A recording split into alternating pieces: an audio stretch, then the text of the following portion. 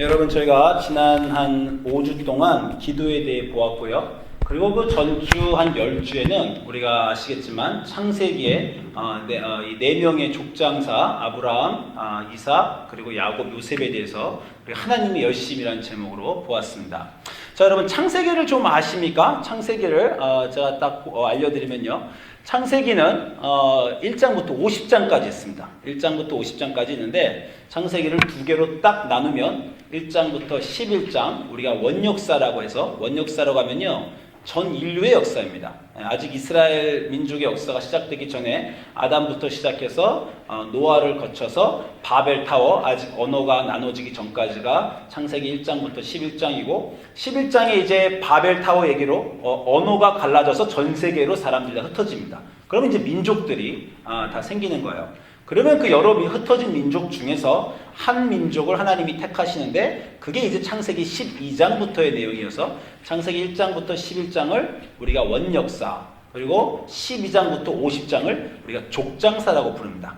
4명의 족장의 얘기예요. 한 가족의 얘기인데, 다 여러분이 아시겠지만 아브라함과 이삭과 야곱과 요셉, 이 4대의 얘기입니다. 4대 얘기로, 제가 아시겠지만 신학교에서 제가 가르칠 때 창세기 구조를 쓰시오라고 해서 12장부터 50장 이 4명의 그 4명의 족장을 쓰라고 할 때 제가 챕터까지 다 사람들 보고 외우면서 쓰라고 합니다. 우리 김효 형제님 이 시험 보면 다 맞죠? 그죠? 네, 제가 어떤 숫자를 2개 외우라고 그러냐면 26, 36을 외우십시오.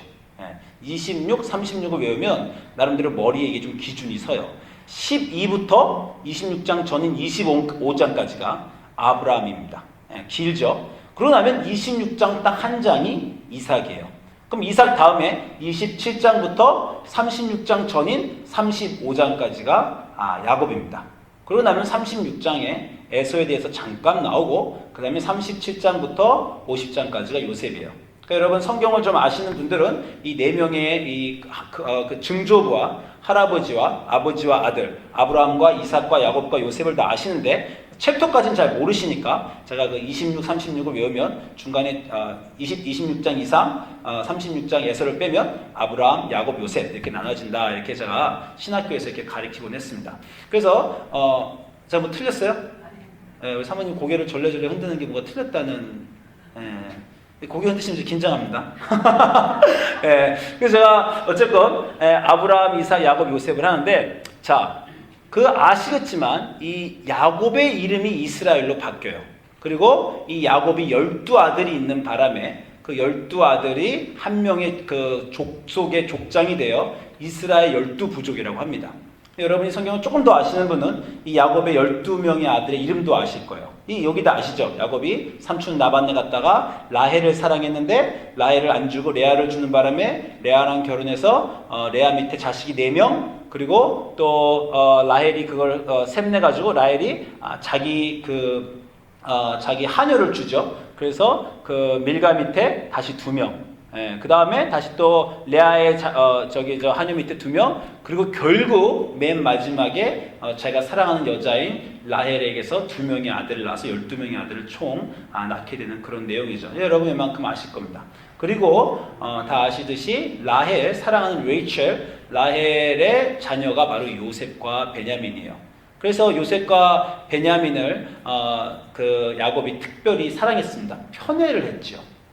그게 발단이 돼서 나머지 형들이 요셉을 미워해서 요셉을 팔아넘겨서 요셉이 이집트에 팔려간 내용이 그 나머지 창세기의 얘기입니다. 여러분이 여기까지는 다 잘 제가 아실 거라고 생각이 듭니다.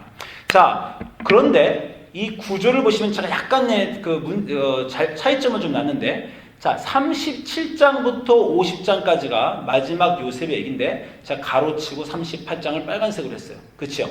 왜 그러냐면 요셉 얘기가 37장부터 50장까지의 긴 얘기인데, 창세기 38장은 아주 특별한 장이에요. 그 장만 딱 하나 떨어져서 유다 얘기가 나옵니다.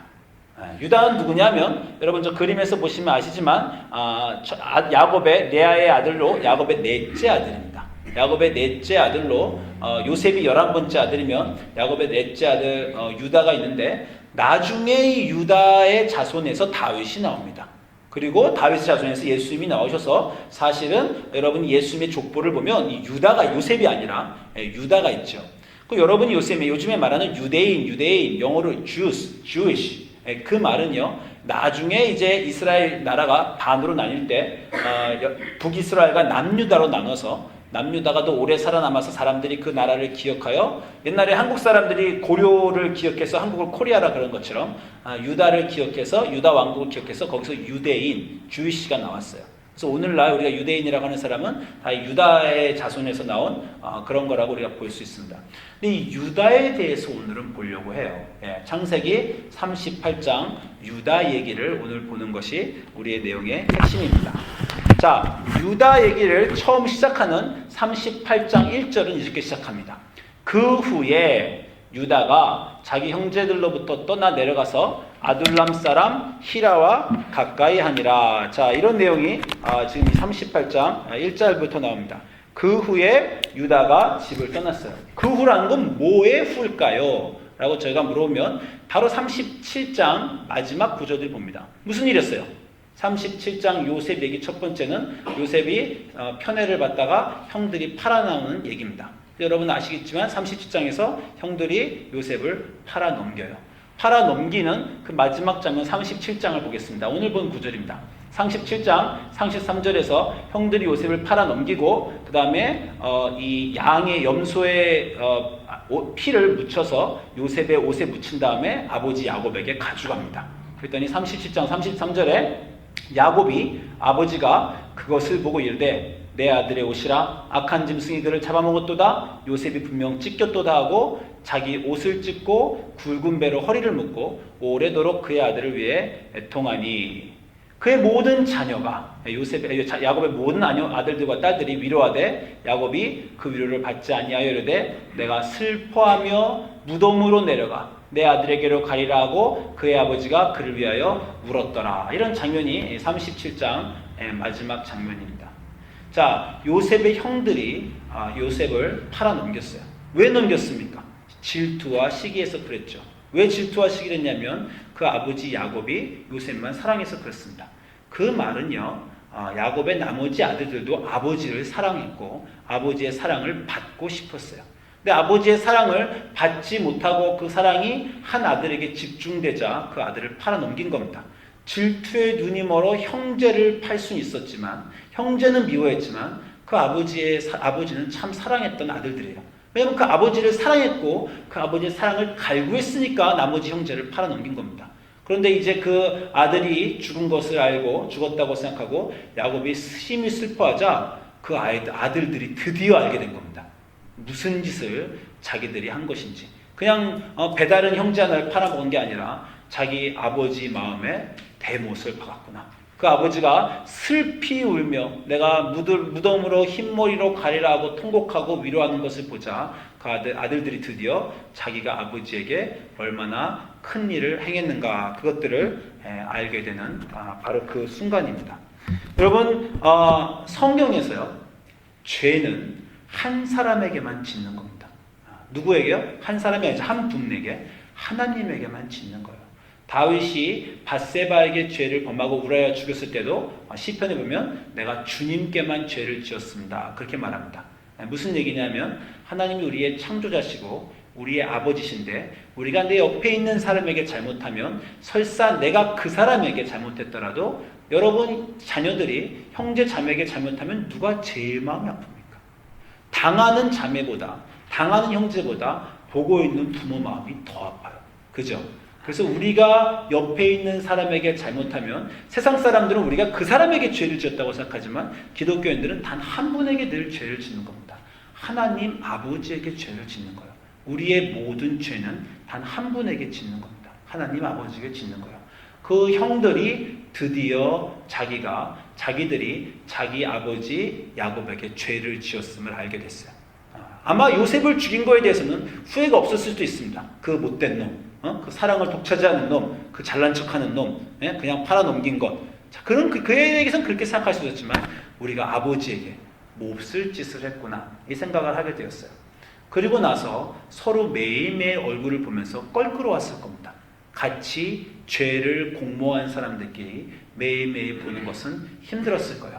아버지는 나날이 울음과 슬픔으로 지내고 집안에는 울음이 없어지고 그리고 죄를 같이 진 사람들은요 늘 서로 반목합니다. 여러분 아시겠지만 하나님은 악인으로 악인을 멸망시키시는 게 성경이에요. 의인을 통해서 악인을 멸망시키는 얘기는 없습니다. 여러분에게 누가 설사 여러분이 의인이신데 누가 여러분에게 잘못했어요.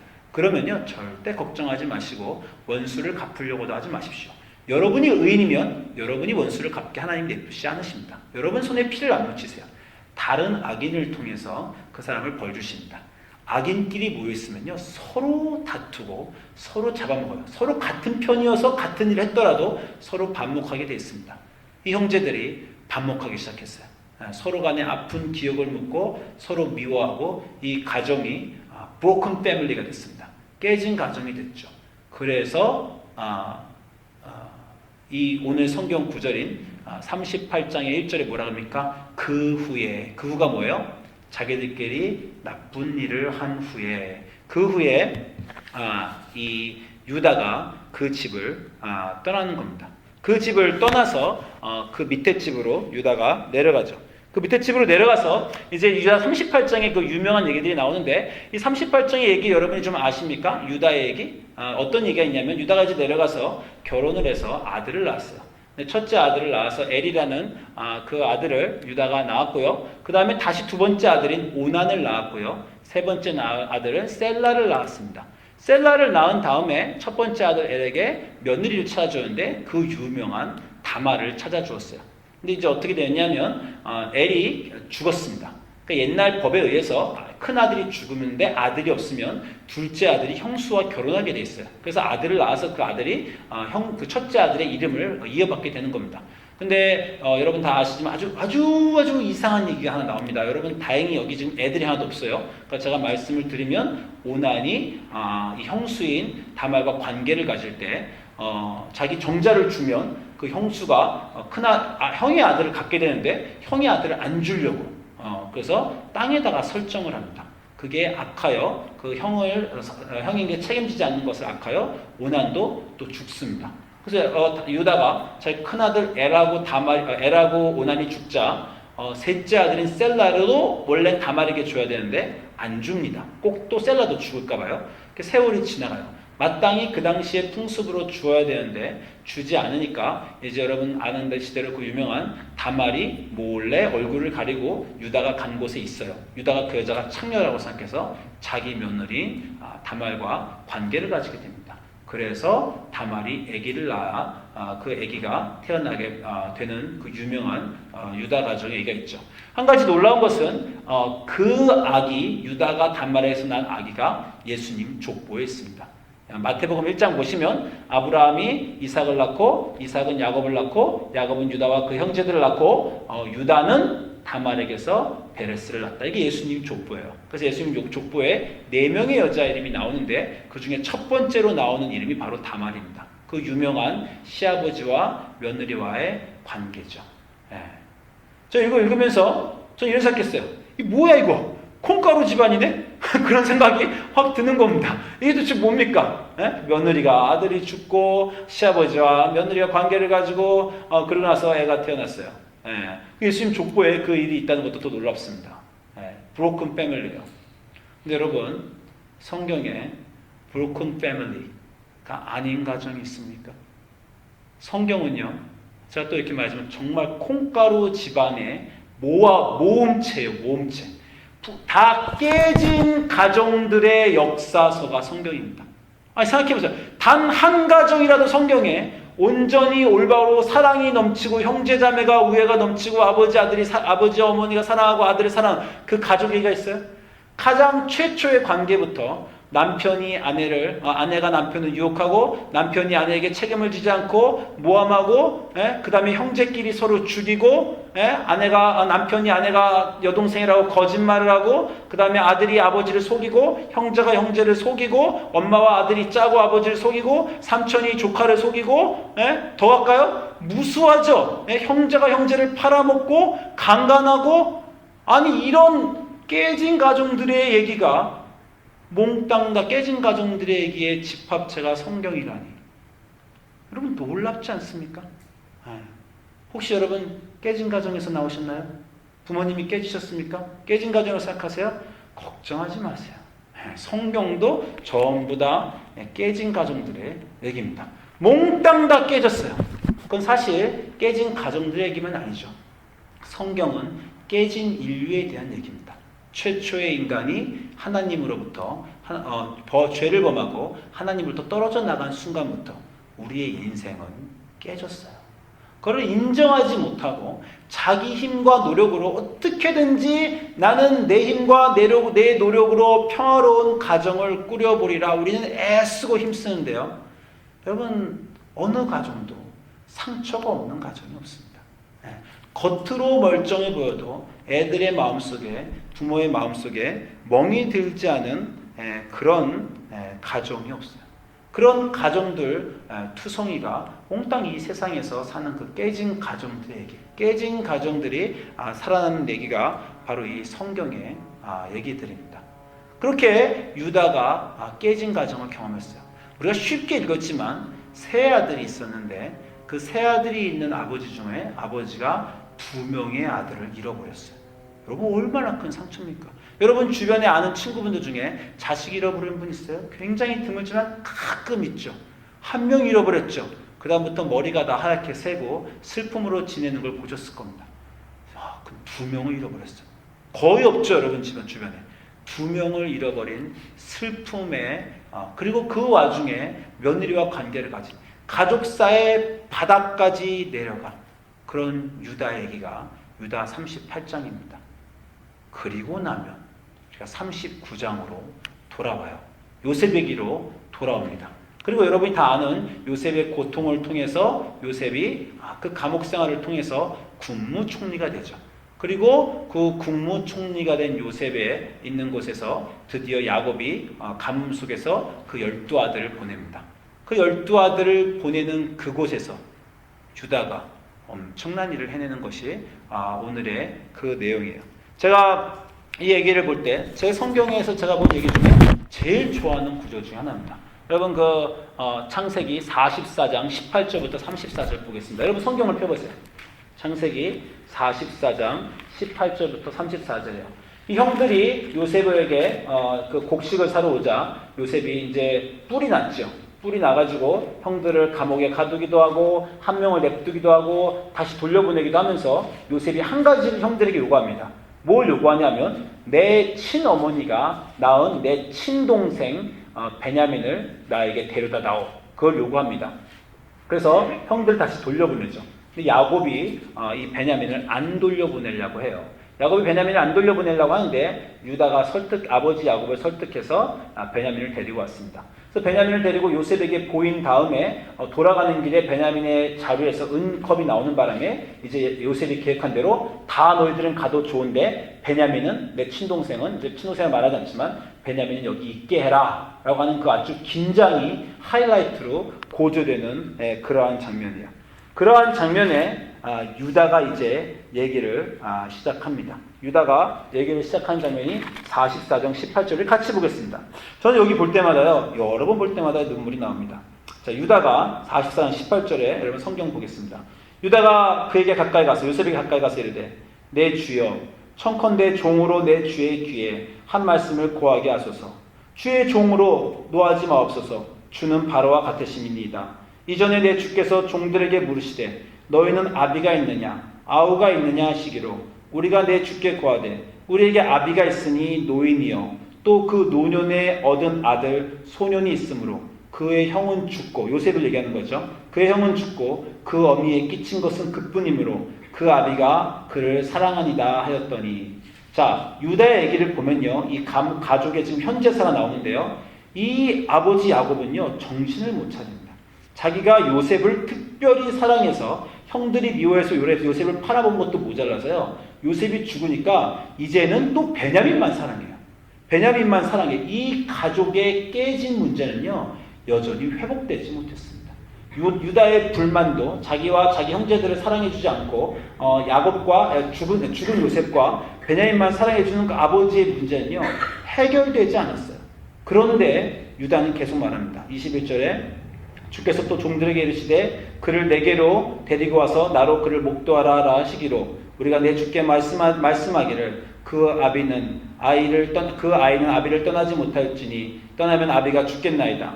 주께서 또 주의 종들에게 말씀하시되 너희 말째 아우가 너희와 함께 내려오지 아니하면 너희가 다시 내 얼굴을 보지 못하리라 하시기로 우리가 주의 종 우리 아비에게 도로 올라가서 내 주의 말씀을 그에게 고하였나이다. 그의 우리 아비가 다시 가서 곡물을 조금 사오기라 하시기로 우리가 이르되 우리가 내려갈 수 없나이다. 우리 말째 아우가 함께하면 내려가려니와 말째 아우가 우리와 함께함이 아니면 그 사람의 얼굴을 볼 수 없음이니이다. 주의 종 우리 아비가 우리에게 이르되 너희도 알거니와 내 아내가 내게 두 아들을 낳았으나 하나는 내게서 나간 거로 내가 말하기를 정녕 찢겨 주었다 하고 내가 지금까지 그를 보지 못하였거늘 너희가 이도 내게서 취하여 가려 한즉 만일 죄가 그 몸에 미치면 나의 흰머리로 슬피 음부로 내려가게 하리라 하고 아비의 생명과 아이의 생명이 서로 결탁되었거늘 이제 내가 주의 종 우리 아비에게로 돌아갈 때 아이가 우리와 함께 하지 아니하면 아비가 아이의 없음을 보고 죽으리니 이같이 되면 종들이 주의 종 우리 아비의 흰머리로 슬피 음부로 내려가게 함이니이다.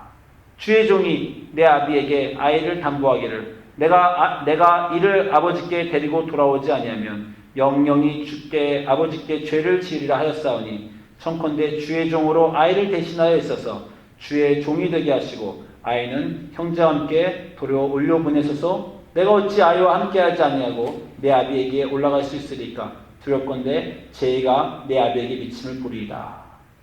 이 유다의 말을 듣고 요셉이 시종하는 자들 앞에서 그 정을 억제하지 못하여 소리질러 모든 사람을 자기에게 여러분 이 장면 드라마처럼 생각해보세요. 요셉이 마음이 북받쳐서 다들 물러가라 소리를 지르고 그 형제에게 자기를 알리니 때에 그와 함께한 자가 없었더라. 요셉이 방성대곡하니라. 여러분 이 장면을 보고 어떤 생각이 드십니까? 창세기 3장부터 깨진 인류가 깨진 가족이 화해를 이루어 본 적이 없어요. 그 안에 사랑과 희생이 있어 본 적이 없습니다. 유다가 처음으로 성경에서 희생이라는 개념을 갖고 와요. 나를 대신하소서. 이 아이를 보내시고 내가 대신 감옥에 갇히겠습니다. 라는 놀라운 말이죠. 이 가족은 아까 말씀드린 대로 그 문제가 해결되지 않았어요. 아버지는 여전히 편애를 합니다. 그러나 유다의 포인트는 뭐예요? 그럼에도 불구하고 내가 어떻게 그 아버지가 슬피 울며 무덤으로 흰머리로 내려가는 것을 보겠습니까? 유다는 어떻게 이런 말을 했을까요? 자기도 두 아들을 잃어봤죠. 유다 창세기 38장을 통해서 가족이 뭔지 알게 된 거예요. 깨진 가족이라도 가족이 무엇인지 알게 된 겁니다. 형제가 형제를 잃는다는 것, 아버지가 자녀를 잃는다는 것, 그것은 도대체 어떤 것인가? 그 모든 사소한 갈등에도 불구하고 이 마음이라는 것은 어떠한 것인가를 알게 된 유다가 가족과 아버지와 슬픔을 알게 된 유다가 전혀 다른 사람이 되어 드디어 그 깨진 가족의 화해를 이루어내는 것이 창세기 38장과 창세기 44장에서 유다의 모양입니다. 가족은 도대체 뭡니까? 여러분 가족을 말할 때 사람들이 가족은 사랑이 넘치는 곳이다 이렇게 말하죠. 가족이 사랑이 넘치는 곳이에요? 저 이렇게 물어보고 싶습니다. 가족들처럼 서로 그렇게 야비하게 구는 사람들이 어디 있어요? 그렇지 않습니까? 여러분, 제가 늘 여러분에게 몇 번 말하지만 제가 제 자녀들의 이름을 농담으로 3개를 지어줬다 그러잖아요. 소로, 소민, 소노. 이랬더니 사람들이 되게 예쁜 말이라고 하지만 제가 영어로 이름 지어준 겁니다. 첫째, so rude. 그죠? 소로라고 그냥 농담으로 불렀어요. 둘째, 소민이 so mean. 너무 민해. 셋째, 소루, 소노. 너무 어노잉해. 그쵸? 여러분 딱 3명 보면 첫째는 잘난 척하고 너무 루드해요. 아주 무례해요. 둘째는 어떻게 셋째한테 민하게 구는지, 셋째는 얼마나 누나들을 이렇게 어노잉하는지. 자녀들이 그렇죠. 가족이란 어떤 것입니까? 서로 간에 아무 가드를 갖지 않아요. 서로 이렇게 예의를 차리지 않아요. 거기서는요, 그 앞에서 아침에 냄새나는 입으로 막 말하고요. 눈곱도 안 떼고 얘기하고요. 트림하고요. 그 앞에서 방귀 끼고요. 그냥 말도 막 하고요. 아니 상처 주는 말 막 하고요. 아주 얄밉게 말하고 다려놓은 옷 뺏어 입고요. 거기는요 사랑이라는 게 없어요. 그렇지 않습니까? 여러분이 형제자매가 그 형제자매에게 하는 것처럼 직장에서 하면요 직장에서 바로 쫓겨나요. 여러분 자녀가 여러분에게 아빠, 엄마 소리 지르고 막 그렇게 막 하는 것대로 바깥에 나가서 하면요 큰일 납니다. 집에서는요 막 해요 사람들이. 그죠? 그게 어디 사랑이 넘치는 곳입니까? 놀라운 게 뭐예요? 직장에서는 누가 나에게 그 정도 한번 소리치고 상처 주면 너 다시 안 본다 할 거예요. 집안에서는 하루에 5번 그렇게 상처 주는데 30년, 50년 같이 삽니다. 가족이라는 건 사랑의 행위를 해서 가족이 아니라 그 안에 서로의 약함과 서로의 불편함과 서로의 창피함을 감싸주기 때문에 가족이에요. 사랑이 가족 안에 넘친다는 건 사랑의 행위가 넘친다는 게 아니라 그 남의 약함을 받아주는 그 사랑이 넘친다는 것이 사랑의 가족입니다. 우리 교회에 자매 중에 여기 제가 한국말 예배니까 영어 예배 때 말 못하지만 에디하고 조인날 자매가 있어요. 얼마 전에 우리 집에서 속회라는데 두 자매가 저보다 나이가 많은데 둘이 싸웠습니다. 두 자매가 제 앞에서 서로 말다툼을 하는데요. 제가 이랬어요. 제가 이렇게 설거지를 하고 있다가 두 자매가 막 싸우는데 제가 이렇게 했습니다. 볼 수가 없어요. 얼마나 서로 간에 이렇게 미인하게 상처 주고 얘기하든지 제 마음속에 내가 오늘 교인 하나 잃어버리는구나. 이렇게 생각했습니다. 저렇게 서로 상처를 주면 금요일 저녁이었는데 이번 주일날 이제 한 명은 반드시 저렇게 목사님 앞에서 싸웠으니 안 나오겠구나. 일요일 아침에 가는데 웬걸요. 둘이 깔깔거리고 웃으면서 얘기하고 있더라고요. 그게 자매입니다. 둘이 그렇게 막말을 했는데 저 정도로 상처를 줬으면 다시 안 보는 게 정상인데 그 다음 순간에 보고 말하고 있어요. 그게 가족이라는 거예요. 서로 팔아먹기까지 하고 서로 속였는데도 서로 끊을 수가 없어요. 그 후에 유다가 에이 이 가정 같은 데서 안 살래 이런 콩가루 같은 가정 그리고 떠났다는 거예요. 여러분 가정에서 떠나본 적 있으십니까? 가정에서 떠나보고 싶으신 적 있어요? 정말 고등학교 한 11학년 12학년은 입버릇처럼 말 내가 대학 가면 이 집 떠날 거야 그렇게 말하는 데 많죠. 돌아옵니다. 어디 갈 수가 없어요. 어디 가면요 그거보다 나아 보이지만 그보다 나은 곳에서 견딜 수가 없어요. 얼마 전에 제가 우리 교회를 떠난 어떤 교인하고 한 명 얘기를 했습니다. 얘기를 하는데 제가 그래서 뭐 잘 지내냐? 교회는 떠났지만 제가 우리 교회에서 오래 같이 교제 생활을 했으니까 어디 교회는 찾았습니까? 그랬더니 다른 교회 찾았대요. 다른 교회를 다녀봤대요. 그래서 어디 다녀봤더니 어느 교회를 다녔다라고 하는데 제가 들어보니까 그 교회가 요즘에 뜨는 교회예요. 아주 크고 성장하는 교회입니다. 그래서 제가 잘 됐다. 거기 좋은 교회 잘 찾았구나. 그랬더니 거기 갔더니 예배도 좋고 찬양팀 너무 좋대요. 제가 한 6개월 다녔는데 나왔답니다. 그래서 내가 거기서 왜 나왔어? 이렇게 물어봤더니 거기서 어떤 교인이 자기한테 무슨 말 한마디를 했는데 그걸 못 견디겠더라는 거예요. 그래서 내가 무슨 말 했는데 딱 들어봤더니 별말 안 했어요. 별말 안 했는데 그 교회를 떠났더라고. 그래서 내가 우리 교회 10년 동안 있으면서 그런 말 수십 번 더 듣지 않았어? 근데 왜 겨우 그 정도 말 갖고 떠났어? 그때 물어봤더니 이상하게 별말 아닌데 마음에 상처가 돼서 견딜 수가 없어서 나왔더라는 거예요. 왜요? 그 새로 간 교회가 자기의 교회 가정이 아니어서 그런 겁니다. 어느 곳에 새로 가서 속했더니 그곳에서 가정처럼 느낄 수 없어서 그랬다는 거예요. 여러분 우리가 교회를 말할 때 우리 가정은 하나님이 만들어주신 하나님의 왕국이고 그리고 교회는 교회 가정이라고 합니다. 예수님의 몸 교회 가정이에요. 예수님이 우리를 같이 모아서 교회로 만들어주셨어요. 어떤 사람들이 교회를 떠날 때 뭐라면 이 교회는 사랑이 없어. 사람들이 너무 막해. 그러면 아직도 가정에 대해서 가족에 대해서 이해를 못 하시는 거예요. 왜 교회에서 사람들이 다른 사람에게 막할까요? 가족이라고 생각해서 그런 겁니다.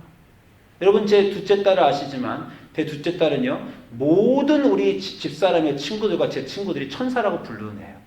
우리는 깜짝 놀라요. 그렇게 되면 우리 둘째 딸이 어찌 천사란 말인가. 왜냐면 동생한테 너무 막말을 하거든요. 근데 우리 둘째 딸이 화를 가끔 내는데 화는 동생한테만 내고 또 어쩌다가 우리 둘째 딸이 화를 내는 곳이 있는데 어디서 내냐면 우리 교회에서만 냅니다. 그래서 우리 교인들, 우리 유스들은 우리 동생, 우리 제 둘째 딸을 보면서 우리 아름이 한 성격하지. 우리 교인들도 알아요. 예.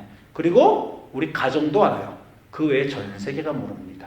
예. 전 학교 가도 얘는 천사고, 딴 데 천사, 애가 천사처럼 이렇게 거짓말한다는 게 아니고 진짜 딴 데 가면 굉장히 마음이 착해서 잘 지내요. 왜 교회하고 가정에서만 걔가 화를 낼까요? 거기는 걔가 편해서 그런 거예요. 거기에서는 마음을 놓는 거예요. 거기는 이 교회에서 어렸을 때부터 태어나서 같이 자란 친구들과 그리고 집에서는 마음을 놓고 자기도 모르게 여기서 내가 화 좀 확 내고 마음을 울컥하는 게 있으면 쏟아 부어도 받아주겠지 라는 그 마음이 있어서 그런 겁니다. 교회는 그런 곳이에요. 모든 사람이 서로 너무 나이스하게 자라서 사랑해 주어서 교회가 아니고요. 그 다른 사람들의 약함과 상처와 창피와 수치를 견뎌주니까, 받아주니까, 그래서 가정이라고 하고 교회 가정이라고 하는 것입니다. 가정은 그런 것입니다. 유다가 그곳에서 그것을 경험하고 하나님께 돌아온 것입니다. 그 가족에게 돌아온 것이에요. 그리고 여전히 자기를 편애하고 여전히 자기를 편애로 자기를 사랑하지 않고 여전히 자기를 불만스럽게 하는 그 아버지의 고통을 기억하고 자기가 그 짐을 대신 질 것을 성경에 몇 번 없습니다. 누가 누군가의 짐을 대신 져주는 것. 우리 예수님이 대표적인 것이고 그리고 유다가 그 일을 해요. 그래서 예수님의 족보에 유다가 있는 겁니다. 요셉이 아니라 그 위대한 국무총리 요셉이 아니라 그 어려움을 겪고 위대하게 된 요셉이 아니라 내가 그 아이 대신 감옥에 들어가겠습니다. 라고는 말하는 유다가 예수님의 족보에 있는 것입니다. 여러분 가족을 다시 돌아보시고 하나님을 기억하시기 바랍니다. 죄는 한 분에게만 짓는 거예요. 그 아버지에게만 짓는 겁니다.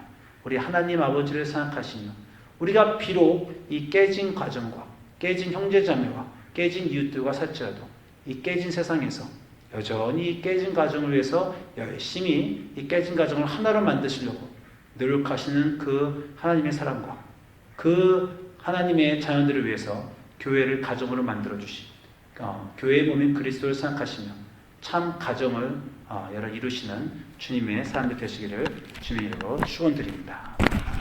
기도하겠습니다.